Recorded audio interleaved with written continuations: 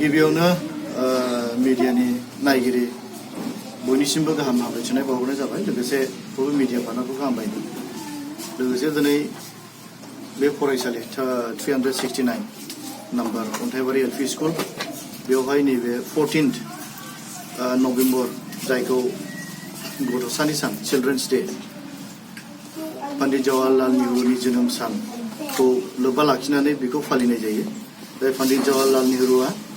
गथ'फोरखौ अनग्रामोन आरो गथ'फोरखौ लाइक खालामग्रामोन होननानै जोंनो हिस्ट्रिया मिथियो।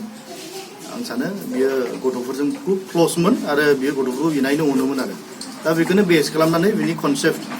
बिनि मोनसे केरेक्टारखौ बेस खालामनानै नै बिनि जोनोम सानावनो दिनै गथ'साफोरनि सानखौ फालिनाय जायो। दा बे गथ'साफोरनि सानाव बयबो जोंनि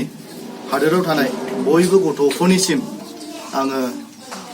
अन्थाइबारि गामिनि जानानै आङो बयखौबो आरो बे हादोरनि सासे सिटिजेन जानानै बयनिसिमबो गथ'फोरनिसिम आङो चिल्ड्रेन्स डे नि मुङै गाहाम हामलायनाय बावहरनाय जाबाय। लोगोसे दिनैहाय बे फरायसालियाव फैनानै जों नायनो गोजोननाय मोनदों। लोगोसे बे फरायसालिनि 32 जनसो गथ'साफोर लोगोसे 7सो फोरोंगिरिफोर बे फरायसालियाव दङ। दिनै 14th नभेम्बरावहाय बे फरायसालियाव फैनानै जोङो फिसा अन्थाइबारि गामि कमिटिनि जानानै जाय अन्थाइबारि गामि कमिटि आंनि ओरै आगदाजों दङ जे गामि कमिटिनि मानगोनां आफादगिरि आदिजन आरो ओरै आंनि आगसिजों दङ जोंनि अन्थाइबारि माया क्लाब एन्ड लाइब्रेरिनि प्रेसिडेन्ट। जोङो बाहाय भिजिट खालामफैनानै जोङो उन्दै मोनसे प्रग्राम लादों हाबाफारि बिनि गेजेरजों जों गथ'फोरजों रायलायनो मोनबाय एक्टिभिटिस खालामनो मोनबाय फोरोंगिरिफोरजों रायलायनो मोनबाय आरो गथ'फोरनो जोङो अननायनि नेरसोन हिसाबै जोङो चकलेट होबाय। जोङो खुब गोजोननाय मोनदों नैबे हाबाफारिनि थाखाय। बेनि गेजेरजों आं दिनै गामि कमिटिनि जानानै आङो ओनसोलनि जानानै बेखौसो मोनसे खावलायनो सानदों जोंनि सोलिबाय थानाय जोंनि सरकारा गथ'फोरनि सायाव बा फरायसालिनि सायाव फरायसालि इडुकेसन सेक्टर होनना बुङोब्ला बाहाय गोबां माने फोसाबनांगौ मावनांगौ थालांनाय आरो आद्रा थानायफोर गोबां बिसयफोर दङ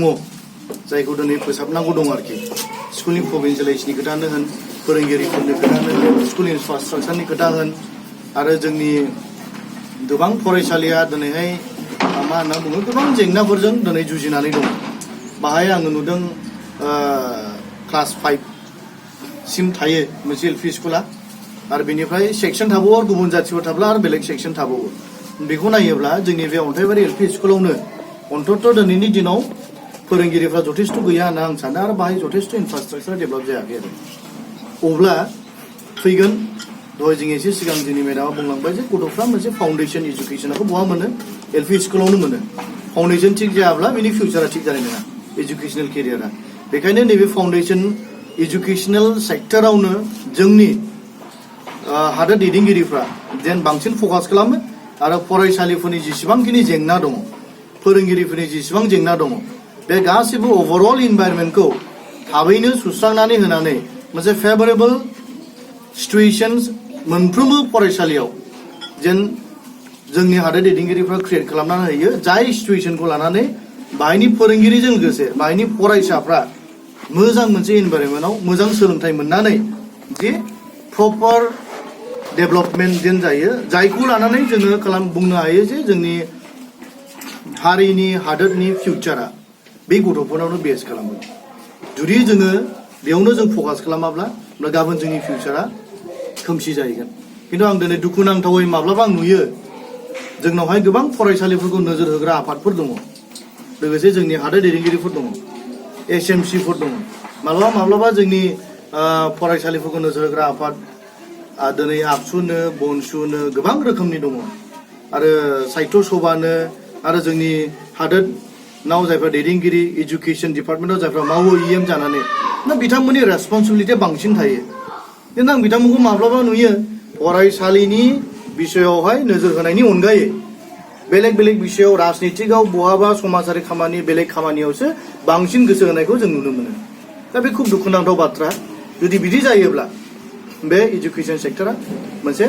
सोलोंथाइ बिफाना नेग्लिजेन्सि जुदि खालामजानाय जायोब्ला बाहाय जोंहा हारिनि आरो हादोरनि आरो गथ'फोरनि फिउचारनि गेदेर मोनसे जोंहा लस दङ जाय लसआ जों बयनिबो जागोन फिउचाराव हादोरनिबो जागोन न'खरनि जागोन बेक्तिगतनिबो जागोन आरो जोंनि समाजनिबो बे मोनसे गिदिर गिदिर खहा जागोन दा बे जोंनि थाखाय बिराद मोनसे सिरियास मेटार बेखायनो आङो दिनैनि